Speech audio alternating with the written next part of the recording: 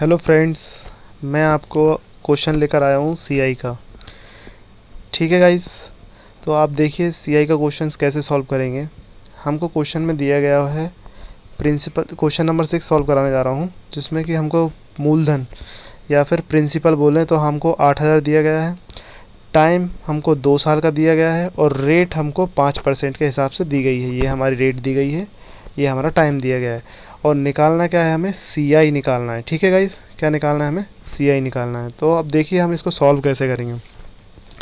सबसे पहले हम 5% जो दिया गया है उसका हमको रेशो मालूम होना चाहिए। कैसे, इसका 5% का रेशो होता है 1/20। तो ये 1/20 ये तो मुझे पता है।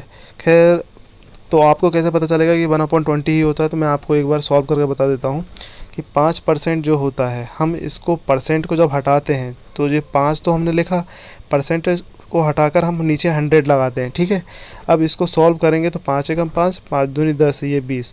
तो ये 5% का रेशो होता है, मतलब अगर इसको आप सॉल्व करोगे तो यही बनेगा। ठीक है, तो मैं यही बता रहा था कि जब हमको 5% दिया गया है तो हम इसको 1/20 लिख सकते हैं। यहाँ तक क्लियर हो गया आपको। फिर अब इसके बाद 2 मिनट रुकिए। हाँ, अब इसके बाद ये 20 हो गया। अब इसके बाद नीचे वाला जो हमेशा होगा हमारा, ठीक है, ये रेशो का नीचे वाला जो होगा वो हमारा प्रिंसिपल होगा। ठीक है, मतलब प्रिंसिपल होगा, मतलब ये मूलधन होगा हमारा, हिंदी में बोले तो। ठीक है, ऐसे ये ऊपर वाला होगा वो सी आई होगा। सी आई होगा मतलब चक्रवृद्धि ब्याज होगा। ठीक है, और अगर मैं, नीचे वाला प्रिंसिपल होता है, ऊपर वाला सीआई होता है। ठीक है, ये हमेशा याद रखना है कि नीचे वाला सीआई होगा, वो नीचे वाला प्रिंसिपल होगा, ऊपर वाला सीआई होगा।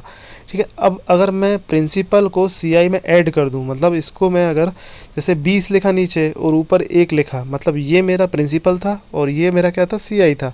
जब मैं इन दोनों को ऐड कर दूंगा तो ये मेरा क्या बन जाएगा, ये मेरा बन जाता है अमाउंट, या फिर इसे मिश्रधन बोलते हैं। ठीक है, यहाँ तक क्लियर हो गया आपको।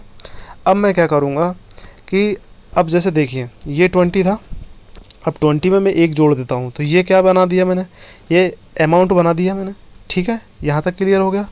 अब मैं आपको क्वेश्चंस डायरेक्टली सॉल्व कराने वाला हूँ। ठीक है, कि देखिए कैसे।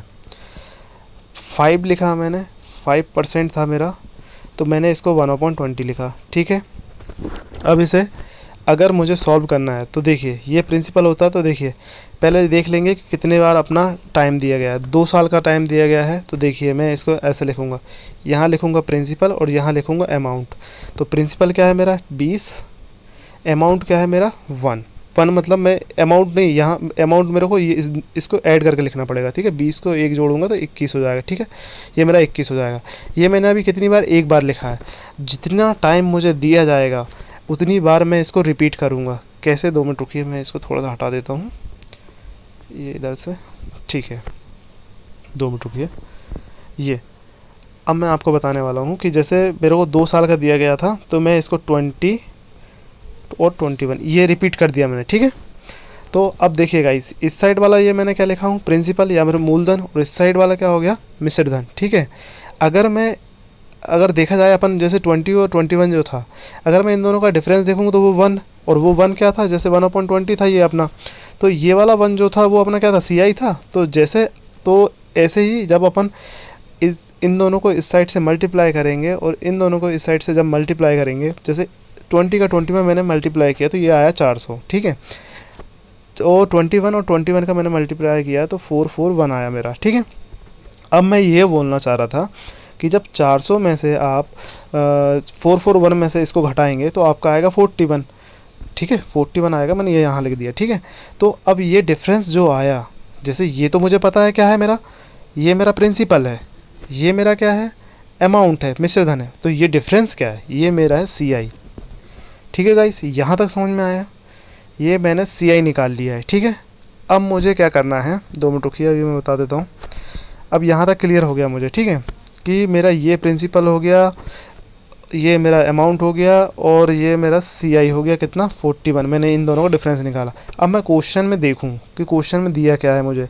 अच्छे से देखा तो मैंने, मेरे को देखा कि ये मूलधन दिया था, तो मूलधन मतलब प्रिंसिपल दिया था। तो मेरा और मेरे को यहाँ पर प्रिंसिपल मेरा कितना बना, 4,000। तो मुझे 4000 को, जबकि मुझे रियल में दिया गया है 8000, तो मुझे 8000 बनाने के लिए मुझे कितने से 20 से मल्टीप्लाई करना पड़ेगा इसमें 400 में, ठीक है, जब मेरा 8000 बनेगा, मेरा रियल का प्रिंसिपल जो क्वेश्चन में दिया गया है। तो ऐसे ही मैं जब इसमें मल्टीप्लाई करूँगा 41 में मल्टीप्लाई क्यों कर रहा हूँ, ये मेरा सी आई है और क्वेश्चन में क्या पूछा है, मेरा सी आई पूछा है। तो 41 में जब मैं 20 का मल्टीप्लाई करूँगा तो कितना हो जाएगा 820, ठीक है। ये समझ में आया 820 कैसे आया, समझ में आया ना। 41 में जब मैं 20 का मल्टीप्लाई करूँगा, 20 का मल्टीप्लाई इसलिए कर रहा हूँ क्योंकि जो मेरा ये वाला प्रिंसिपल था और जो क्वेश्चन वाला प्रिंसिपल था, तो ये मेरा जो मैंने एज्यूम किया था कि ये भाई मेरा चाहिए 400 प्रिंसिपल है, पर ये नहीं, इसने बोला कि भाई क्वेश्चन में तो हमको 8000 दिया गया है, तो मेरा 20 टाइम्स है, तो मुझे इसका जो डिफरेंस था उस मतलब जो सी आई था उसे भी मेरा 20 टाइम्स बढ़ाना पड़ेगा। तो मेरा 41 डिफरेंस था, तो मैंने उसमें 20 का मल्टीप्लाई किया तो 820 आ गया। तो मुझे क्वेश्चन में यही पूछा गया था। अगर तो देखिए मैं आपको डायरेक्टली अब दिखा देता हूँ। तो मेरा 820 है, यही मेरा आंसर होगा, ठीक है। अगर मेरे से वो ये बोलता है कि अमाउंट निकालने का बोलता, तो मैं अमाउंट में मल्टीप्लाई कर देता, जैसे 441 था तो उसमें मैं अपना मल्टीप्लाई कर देता, ठीक है गाइस। Okay, thank you.